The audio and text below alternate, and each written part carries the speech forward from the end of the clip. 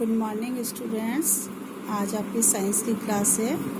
Science में हम chapter 10 गति पढ़ रहे हैं और इसमें आज हम पढ़ेंगे वेग। लास्ट टाइम अपने चाल, औसत चाल के बारे में पढ़ा था।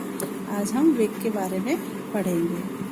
तो वेग जो है ये किसी भी वस्तु द्वारा निश्चित दिशा में इकाई समय में तय की गई दूरी होती है।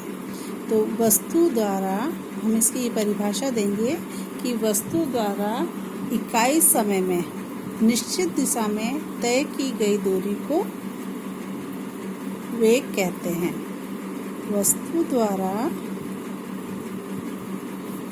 इकाई समय में, समय हमने क्या ले लिया, इकाई समय, इकाई समय में निश्चित दिशा में, दिशा हमारी क्या होगी, निश्चित दिशा होगी, निश्चित दिशा में तय की गई दूरी को वेग कहते हैं। वेग कहते हैं। हमारी परिभाषा चाल की भी यही थी, लेकिन चाल में निश्चित दिशा नहीं होती है। ठीक है, चाल तो हम कहते हैं वस्तु द्वारा इकाई समय में तय की गई दूरी चाल, लेकिन जब वेग की बात आती है तो हम ये कहते हैं वस्तु द्वारा इकाई समय में निश्चित दिशा में तय की गई दूरी को वेग कहते हैं। यदि हमने माना कि समय हमारे पास क्या है, t, समय क्या है, t, और दूरी, अब दूरी देखिए निश्चित दिशा में है, तो निश्चित दिशा में तय की गई दूरी को हम क्या कहते हैं, विस्थापन। विस्थापन, और विस्थापन s हो तो वेग v बराबर क्या होगा, v बराबर s/t। अब यहाँ पर ये s क्या है, सदिश, ये सदिश का निशान होता है। तो इसका मतलब क्या है, इसमें हमें दिशा का ज्ञान है, परिमाण के साथ साथ इसमें हमें दिशा भी ज्ञात है कि वस्तु किस दिशा में गति कर रही है। जैसे यदि हम ये कहते हैं कि एक बस 40 किलोमीटर प्रति घंटे की दर से दिल्ली से जयपुर जा रही है। ठीक है, तो अब इसमें क्या है, दिशा निश्चित है, किधर है, जयपुर की ओर है। ठीक है, तो जब भी दिशा का ज्ञान हो तो वह राशि क्या कहलाएगी, वेग कहलाएगी। तो वस्तु द्वारा इकाई समय में निश्चित दिशा में तय की गई दूरी को वेग कहते हैं। v वेग सदिश राशि है, तो वेग बराबर विस्थापन बटा समय। हम ऐसे भी लिख सकते हैं, विस्थापन बटा समय। अब इसका आता है मात्रक। मैंने आपको ये बताया वेग कैसी राशि हो गई, सदिश है। अब मात्रक है, मात्रक वही होगा जो चाल का है, मीटर प्रति सेकंड, मीटर प्रति सेकंड।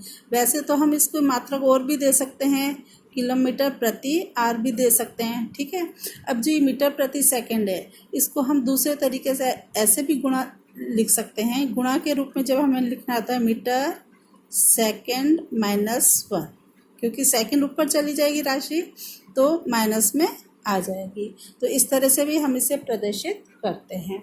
अब इसकी बात, अब हमारे पास आती है औसत वेग की बात आती है।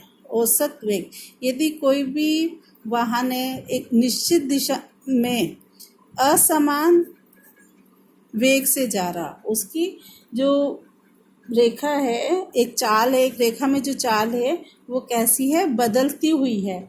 तो अब हम उसका वेग हमें ज्ञात करना है। तो वेग हम ज्ञात करने में, जैसे प्रारंभ में जैसे बस चलना स्टार्ट होती है तो 20 किलोमीटर प्रति घंटे की, फिर तेज़ रफ्तार ले लेती है, और फिर जब उसको कहीं रुकना होता है फिर वो धीरे हो जाती है।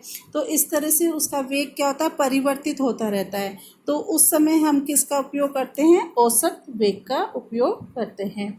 अब यहाँ पर यदि वस्तु का प्रारंभिक वेग है, वस्तु का प्रारंभिक वेग, प्रारंभिक वेग को हम u से प्रदर्शित करते हैं, और अंतिम वेग क्या है, v है।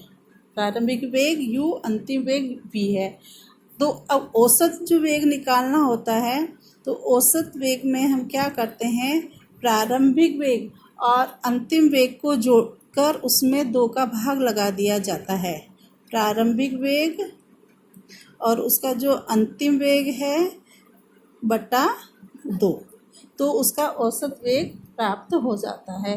तो वस्तु का औसत वेग क्या हुआ? प्रारंभिक वेग और अंतिम वेग के अंकगणितीय माध्य द्वारा, 2 का जब भाग लगा देते हैं तो माध्य के द्वारा औसत वेग को प्राप्त किया जाता है। इसे v एवरेज, औसत को हम क्या कहते हैं? एवरेज।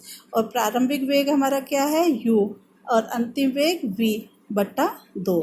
तो इस तरह से औसत वेग हम प्राप्त करते हैं।